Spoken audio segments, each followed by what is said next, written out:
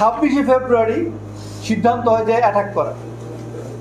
Attack করার জন্য যখন সিদ্ধান্ত, এটা যদি 2টার সময়, কিন্তু অ্যাটাক করবে হচ্ছে যে 3:30টায়।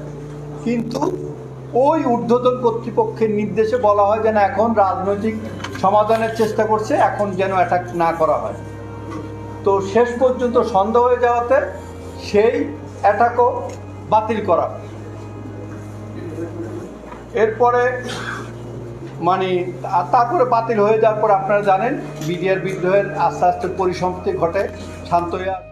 তারপরে আমাদের লোকজন যখন যায় এখানে বিভিন্ন জিনিস দেখতে থাকে। তো আমি এই জিনিসগুলো যা বললাম অনেকেই জানেন, অনেক কিছু জানেন না। আমি কিছু ব্যক্তিবর্গের নাম বলবো আলোচনায়, যা আমাদের কোর্ট ইনকোয়ারিতে এসেছে। আমরা এগুলা অধিকতর তদন্তের কারণে বা আমাদের সীমাবদ্ধতার কারণে আমরা এগুলো কনফার্ম করতে পারি না। প্রথম কথা হচ্ছে যে সেইখানে লেফটেন্যান্ট কর্নেল শামস একজন অফিসার ছিলেন, যিনি 44 রাইফেল ব্যাটালিয়ন, যে ব্যাটালিয়নটা বিদ্রোহের নেতৃত্ব দিয়েছিল।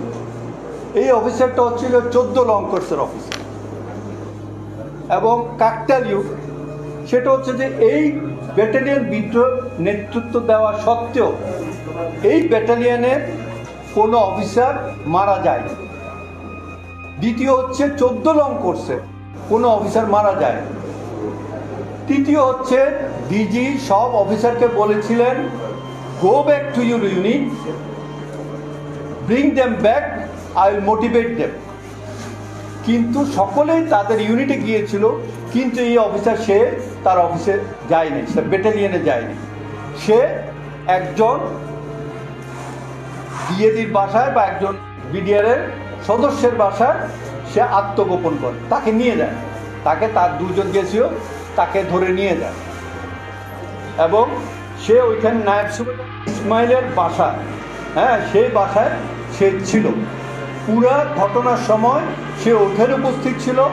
সে কোর্ট ইনকোয়ারিতে আমাদেরকে বলেছে সে খাটের তলে লুকিয়েছিল। একাধিকবার বিদ্রোহীরা তাকে খুঁজতে আসে, কিন্তু তাকে খুঁজে পায় না, সে খাটের তলে ছিল। কিন্তু যার বাসায় লুকিয়েছিল তার পরিবারের সদস্যরা বলেছে যে তাকে লুকাতে দেখেন নাই, তিনি বরঞ্চ টিভিতে দেখতেছিলেন কি হচ্ছে। তিনি বিভিন্ন সময় বিভিন্ন জায়গায় টেলিফোনে যোগাযোগ করছিলেন। তার কিন্তু এসএসএফে পোস্টিং হওয়া ছিল। কথা ছিল যে তিনি অনুষ্ঠান শেষে জয়েন করবেন। আরেকটা ব্যাপার হচ্ছে, সেই সময় প্রধানমন্ত্রীর সেই অনুষ্ঠানের সময় আমরা সাধারণত একটা জায়গায় গেলে ওখানে একটা লোকাল সিকিউরিটির ব্যবস্থা করি। তিনি ছিলেন সেই বিডিআরের প্রধানমন্ত্রীর যাওয়ার সময় চিফ সিকিউরিটি অফিসার। আবার একই ব্যাটালিয়নকে দায়িত্ব দেওয়া হয় দরবার আয়োজন করা।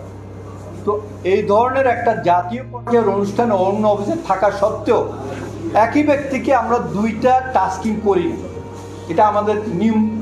আপনিও করবেন না যে ওর একটা দায়িত্ব দিচ্ছে আরেকজনকে দায়িত্ব দিই। একই ব্যক্তিকে আপনি প্রধানমন্ত্রীর ওই এলাকার জন্য নিরাপত্তার দায়িত্ব দিলেন, আবার একই ব্যক্তিকে দরবার আয়োজন করার দায়িত্ব দিলেন, কেন? এই প্রশ্ন আমার কাছে। এরপরে হচ্ছে সে যার সাথে তার আমরা টেলিফোন লক বের করেছি, যে ওইখানে যে গাড়িটা ঢুকেছিল প্রধানমন্ত্রীর একটা বুলেট প্রুফ গাড়ি, সেই গাড়ির ড্রাইভারের আমরা লক টেলিফোন লক চেক করে দেখেছি। একবার কল রিসিভ করেছে এই টাওয়ার থেকে, একবার কল রিসিভ করেছে ওই টাওয়ার থেকে। এইটা আমাদেরকে একটু চিন্তার মধ্যে ফেলে দেয়। তারপর দেখলাম যে যেই নাম্বারে টেলিফোন করেছে এটা কর্নেল শামসের নাম্বার, বা যে বাসা ছিল ওই বাসা থেকে। তো কিন্তু এগুলো সে আমাদেরকে কিছুই বলেনি। তাকে পরবর্তীতে একটি পিএমের অফিস থেকে গাড়ি পাঠিয়ে ওই যে এমপি রেজা, উনি গিয়ে তাকে উদ্ধার করে নিয়ে যান। তো নিয়ে গিয়ে তিনি সরাসরি এসএসএফে জয়েন করেন। আমাদের নিয়ম হচ্ছে, যদি পোস্টিং হয় তাহলে আমাদের একটা নিয়ম অনুসরণ করতে হয়। সেটা হচ্ছে যে ইউনিট থেকে আমার পোস্টিং হবে সেই ইউনিট থেকে আমার মুভমেন্ট অর্ডার নিতে হবে যে আমাকে রিলিজ করা হবে। আর যদি কোনো ধরনের দুর্ঘটনা ঘটে, আমি ছুটিতে আসি বা অন্য জায়গায় গিয়েছি, আমি মুভ করার সময় পাচ্ছি না, কেউ আমাকে রিলিজ করছে না, কিন্তু রিলিজ করার কোনো অথরিটি নাই। নিয়ম হচ্ছে যে আমি নিকটস্থ সেনানিবাসের সেনা সদরে অথবা কোনো ইউনিটে যোগদান করে, কিন্তু তিনি তা না করে তিনি সরাসরি এসএসএফে জয়েন করেন এবং তিনি একাধিকবার কিন্তু ডিজি এসএসএফের সাথে যোগাযোগও করেন। তাকে যখন আমি জিজ্ঞেস করি যে তুমি এসএসএফে গেলে কেন, তুমি তো জানো, বলে স্যার আমাকে ডিজি এসএসএফ বলেছে। আমি যে ডিজি এসএসএফ বলে, তুমি যদি সেনা সদর স্টেশন হেডকোয়ার্টার গিয়ে জয়েন করতা, সেখান থেকে মুভমেন্ট অর্ডার নিয়ে যেতা, তাহলে তো মানে রুল ভঙ্গ হতো না।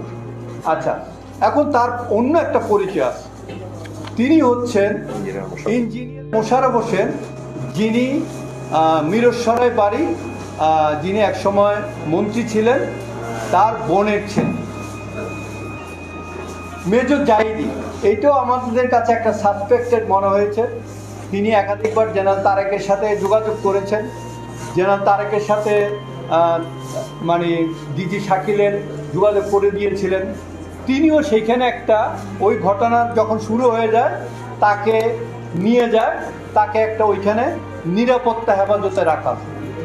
হ্যাঁ, তিনিও আমাদের কাছে বিভ্রান্তিমূলক তথ্য প্রদান করেন এবং তাকেও এইভাবে উদ্ধার করে নিয়ে যাওয়া, মানে যেভাবে কর্নেল শামসকে নিয়ে যাওয়া, সে নিরাপদেই ছিল এবং সেখান থেকে সে উদ্ধার। আমি আরেকটা জিনিস বলতে ভুলে গিয়েছি, কর্নেল শামস অনেক লম্বা, সে বোরকা পরে কিন্তু একবার চেষ্টা করেছিল বের হয়ে যাওয়ার, হ্যাঁ, কিন্তু তার লম্বা হওয়ার কারণে যে বোরকা পরেছিল সেই বোরকাটা খাটো হওয়ার কারণে সে প্ল্যান পরিত্যাগ করে।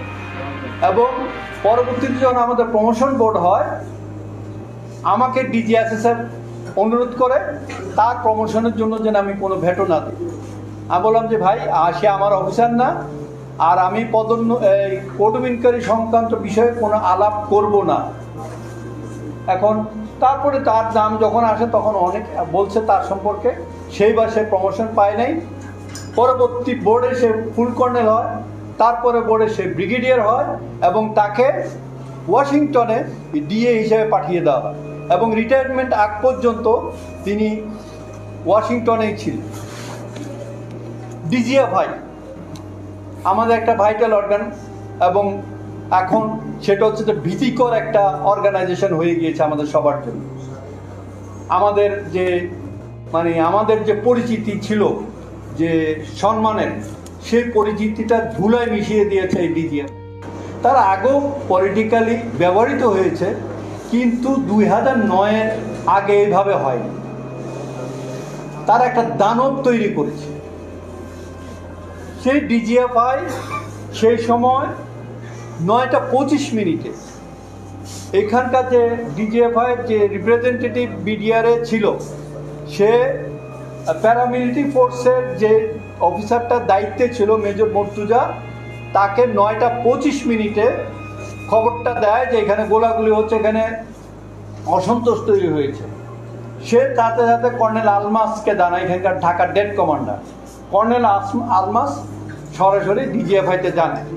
সেই সময় সেখানে বসা ছিল র্যাব 2-এর কর্নেল শামসুজ্জামান সিও। হ্যাঁ, তিনিও ঘটনাটা জানতে পারেন যে বিডিআরে একটা ঘটনা ঘটছে। তিনি সাথে সাথে দেরি না করে বেরিয়ে পড়েন। তার গাড়িতে প্রায় 7-8 জন র্যাবের সদস্য ছিল, এসএমজি লোড করা, এবং তিনি আবার অন্যান্য জায়গায় খবর দেন সবাই যেন বিডিআর এখানে চলে যায়।